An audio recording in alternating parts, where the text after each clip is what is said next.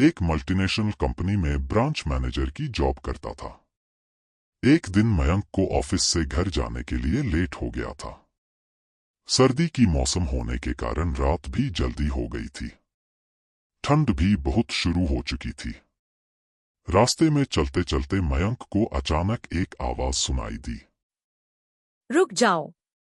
मयंक वहीं पर ही रुक गया और पीछे मुड़ के देखा, लेकिन पीछे कोई भी नहीं था।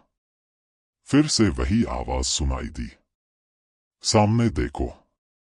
जैसे ही मयंक ने सामने देखा तो उसे जमीन पर कुछ चमकती हुई चीज दिखाई दी।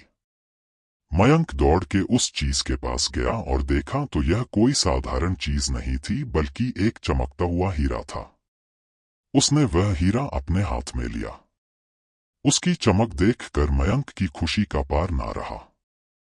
लेकिन मयंक को कहाँ पता था यह कोई साधारण है या नहीं, बल्कि एक मायावी हीरा है। अचानक उस हीरे में से आवाज आई, अगर तुम्हें और हीरे चाहिए तो इस जमीन को खोदो। इस जमीन के नीचे बहुत सारे हीरे हैं। मयंक खुश हो गया। उसने उस हीरे को अपनी जेब में डाला और जमीन खोदना शुरू किया। करीबन 2 फीट खोदकाम करने के बाद अचानक मयंक डर के मारे चिल्लाने लगा। इसके कारण उसका संतुलन खो गया और जमीन पर गिर पड़ा, क्योंकि उस गड्ढे में से हीरे मोती नहीं बल्कि किसी इंसान का कटा हुआ सर मिला। अचानक वह सर हवा में उड़ने लगा और बोला, डरो मत, मैं तुम्हें कोई हानि नहीं पहुंचागा। मैं तुम्हें बहुत सारे हीरे जवेरात भी दूंगा। बस मेरी बात ध्यान से सुनो, मैं जहां जाता हूं वहां मेरे पीछे आओ।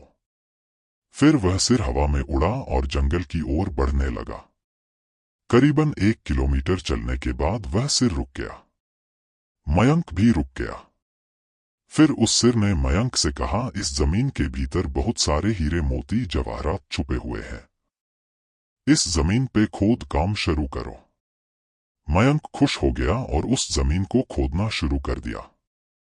खोदते खोदते उस जमीन के नीचे हीरा मोती तो नहीं मिले बल्कि उस सिर का कटा हुआ धड़ मिला। उस सिर ने कहा, अब तुम्हें एक आखिरी काम करना है, उसके बाद मैं तुम्हें मालामाल कर दूंगा। तुम्हें कहीं से भी एक लोटा खून लाना होगा।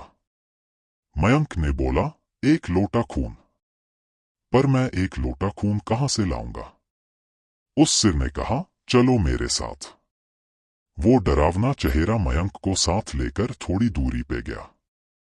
वहां उसे एक इंसान को जाते हुए देखा। वो सिर बोला, उस इंसान को मारकर उसका खून ले आओ। मयंक डर गया और बोला, नहीं नहीं, यह मुझसे नहीं होगा। मैं यह नहीं कर सकता।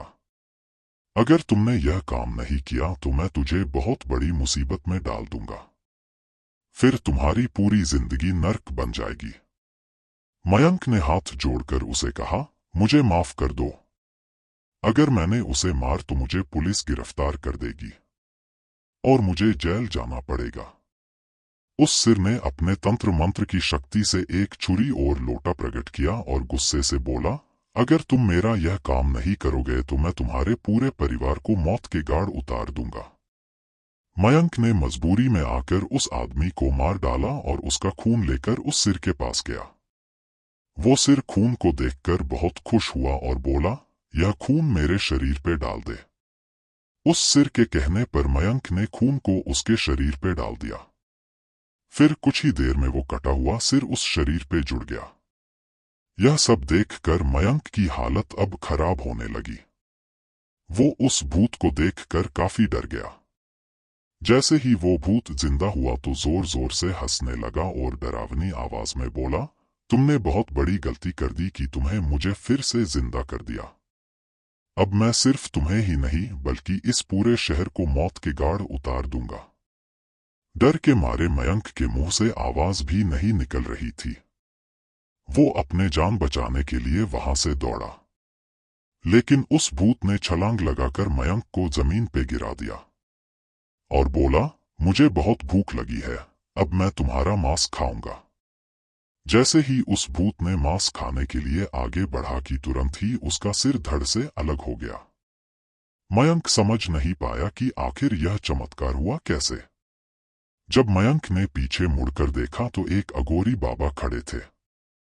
उस अघोरी बाबा ने कहा, जब तुम उस आदमी को मारकर उसका खून ले जा रहे थे तभी मैंने देख लिया था और समझ गया कि कुछ तो बुरा होने वाला है, इसीलिए मैं तुम्हारे पीछे पीछे यहां तक चला आया और मैंने अपनी मंत्र की शक्ति से उस भूत को फिर से मार दिया। अब तुम निश्चित होकर अपने घर जाओ, अब तुम पर कोई खतरा नहीं है। आज भी मयंक उस बात को याद करता है तो उसकी रूह तक कांपने लगती है। दोस्तों, आपको यह कहानी कैसी लगी प्लीज हमें कमेंट करके जरूर बताएं।